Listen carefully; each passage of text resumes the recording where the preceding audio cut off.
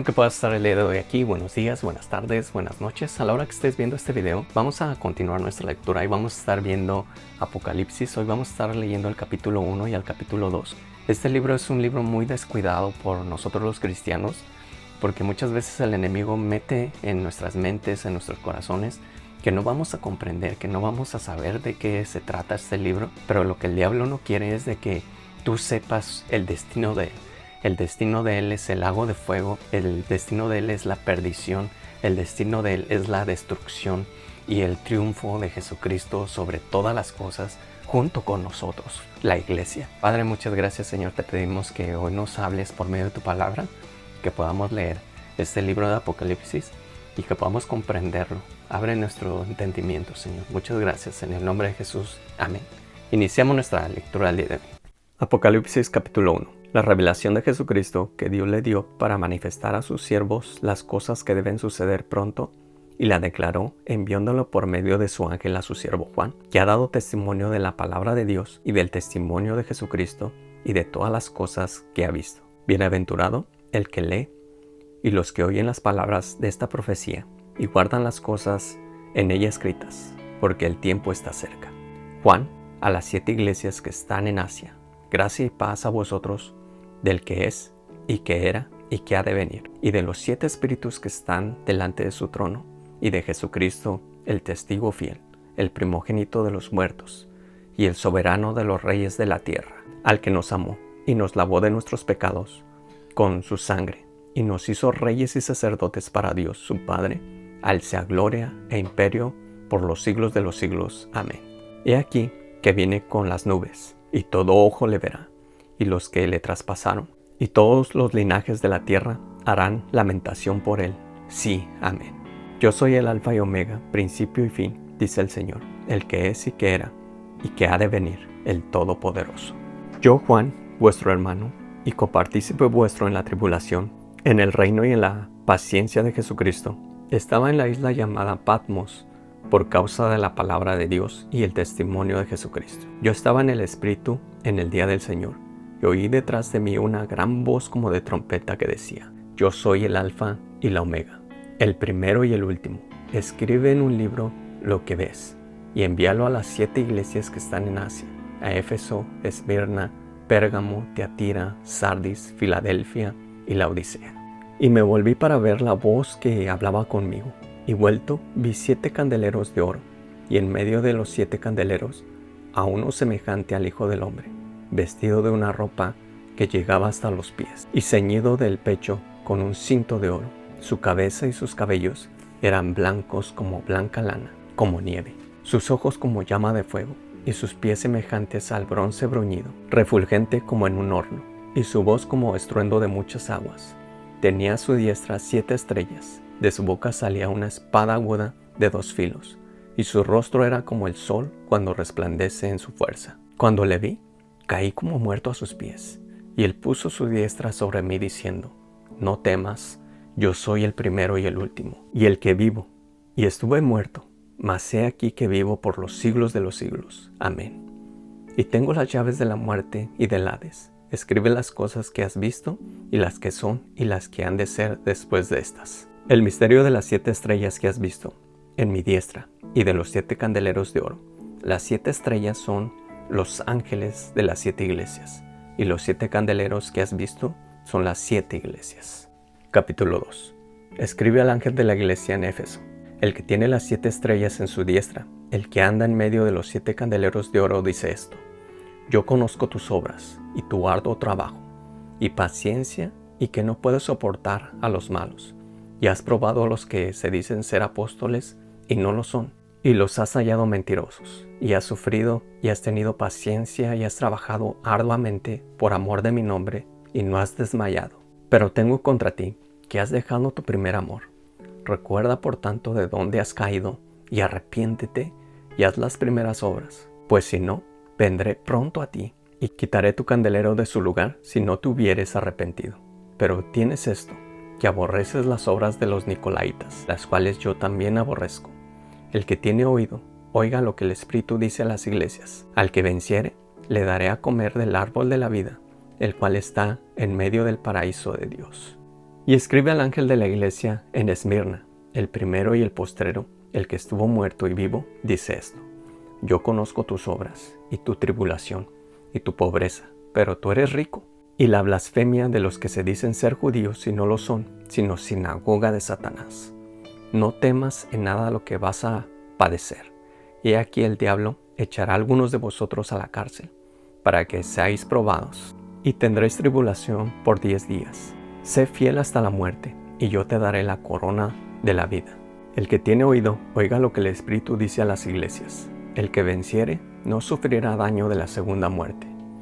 Y escribe al ángel de la iglesia en Pérgamo.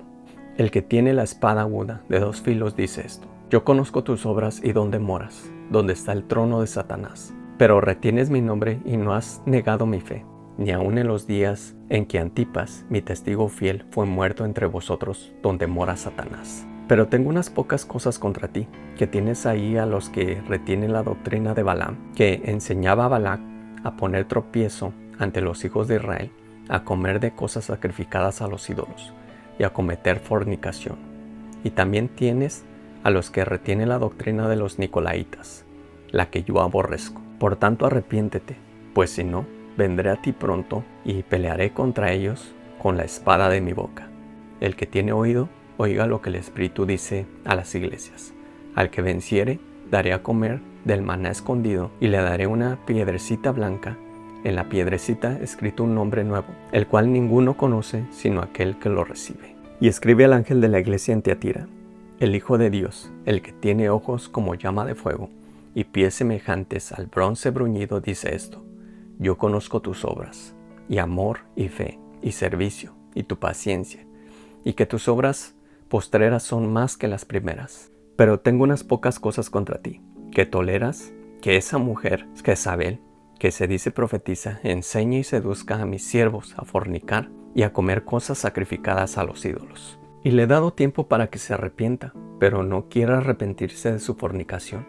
He aquí, yo la arrojo en cama, y en gran tribulación a los que con ella adulteran, si no se arrepienten de las obras de ella. Y a sus hijos heriré de muerte, y todas las iglesias sabrán que yo soy el que escudriña la mente y el corazón, y os daré a cada uno según vuestras obras. Pero a vosotros y a los demás que están en Tiatira, a cuanto no tienen esa doctrina y no han conocido lo que ellos llaman las profundidades de Satanás, yo os digo: no os impondré otra carga, pero lo que tenéis, retenedlo hasta que yo venga. Al que venciere y guardare mis obras hasta el fin, yo le daré autoridad sobre las naciones, y las regirá con vara de hierro, y serán quebradas como vaso de alfarero, como yo también la he recibido de mi Padre. Y le daré la estrella de la mañana. El que tiene oído, oiga lo que el Espíritu dice a las iglesias. Terminamos el día de hoy, hermanos. Qué bendiciones poder seguir mirando estas escrituras. Hoy pudimos mirar estos 2 primeros capítulos de Apocalipsis. En estos 2 primeros capítulos el Señor le da esta revelación a Juan. Juan está en la isla de Patmos, pues prácticamente estaba encarcelado por predicar la palabra de Dios, por predicar su evangelio. Lo llevaron ahí ya siendo un anciano. Él estaba en esta isla. Muchos los que han ido a esa isla, hay una cueva en el cual se dice que ahí es donde iba y oraba Juan, y se dice que ahí es donde recibió esta revelación de Apocalipsis. Y el Señor le enseña estas 7 candelabros de oro y estas 7 estrellas que representan las 7 iglesias y representan los 7 pastores de estas iglesias. Esto que empieza a escribir Juan va dirigida a estas iglesias, pero estas iglesias van representadas no tan solamente a esas iglesias de Asia, sino que es a lo largo de toda la historia de la iglesia. Estas cartas son aplicadas a nosotros aún en estos tiempos. Vemos la descripción del Señor en el capítulo 1. Es una descripción muy clara de lo que el Señor es. Dice Juan, aunque se recostaba en el pecho de Jesús, cuando lo miró en su poder, en su gloria, dice que cayó como muerto al mirar ese rostro reflejado, ese rostro como brillando como sol, esos ojos como de fuego, esa espada saliendo de su boca. Todo esto que Juan miró, dice que cayó como muerto ante tal majestad. Y el Señor le pone su mano derecha y le dice: no temas, Juan, y escribe esto que yo te voy a decir. Y empieza a describir todo lo que estaba mirando, y el Señor le dice: ¿sabes qué? Este misterio que tú has visto, estas 7 estrellas que has visto en mi mano derecha, que representa la autoridad, son los 7 pastores, los 7 líderes de la iglesia, y los 7 candelabros de oro son las 7 iglesias. Y así empieza lo que es el capítulo 1. El capítulo 2 ya empiezan los mensajes a las iglesias. El primer mensaje que vemos que lanzan es para la iglesia de Éfeso. Éfeso era una iglesia muy trabajadora, era una iglesia que hacía obras.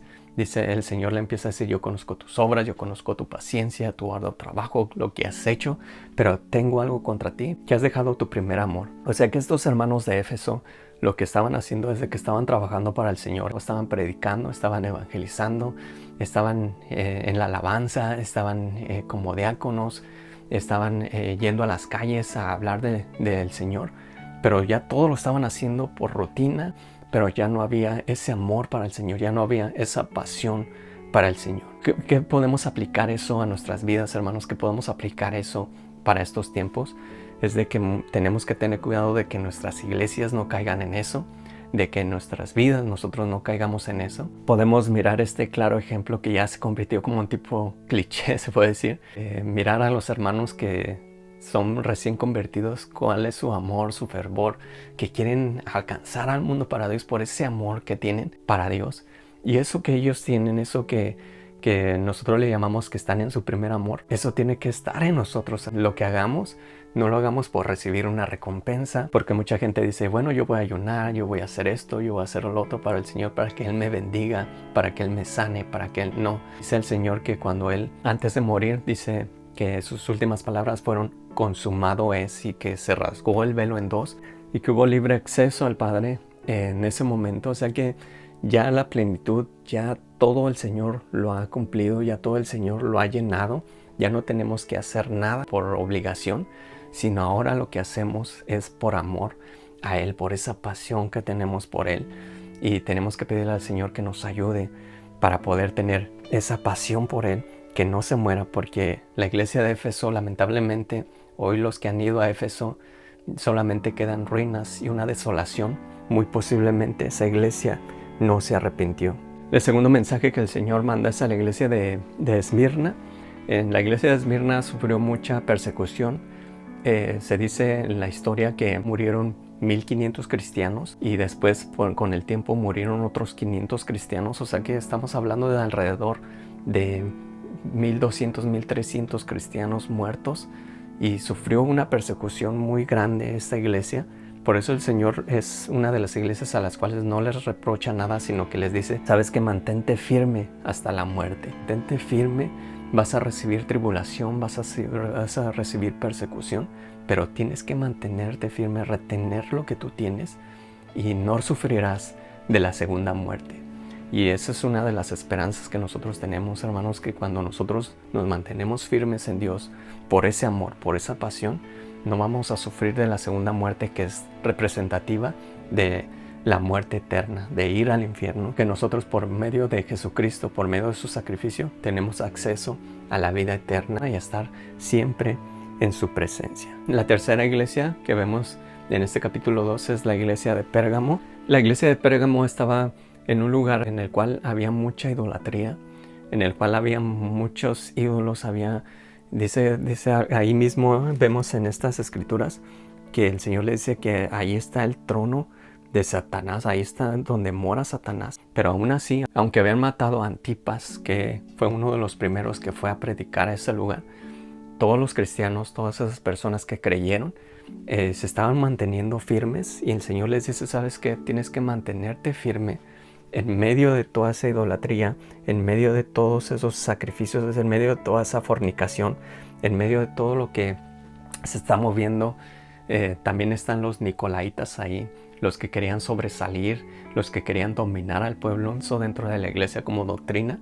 Le dice, ¿sabes qué? Mantente firme en mis enseñanzas, mantente firme en lo que yo te he establecido. Dice, el que venciere, le daré a comer del maná escondido. El maná estaba en el lugar santísimo, dentro del arca, rociada con la sangre de Jesucristo. O sea que esa redención, ese maná va a estar en nosotros. Si no dejamos entrar en nuestras vidas esas falsas doctrinas, si no dejamos entrar en nuestras vidas esos ídolos que se quieren infiltrar Un ídolo no solamente es una imagen, sino un ídolo es aquel al que tú le das tu tiempo, al que tú le das tu dinero, al que tú le das más de lo que le podrías dar al Señor. Así que muchas veces el ídolo se puede convertir en el celular, muchas veces el ídolo se puede convertir en la tele. Un ídolo puede ser un hijo, un ídolo puede ser tu esposa, tu esposo. A alguien que amas más que al Señor, ese se convierte en un ídolo. Y tenemos que tener cuidado que esos ídolos en donde muchas veces Satanás nos los pone, tenemos que tener cuidado de que no nos desvíe de la voluntad de Dios. Vamos rápido, hermanos. Y la última iglesia, la iglesia de Tiatira.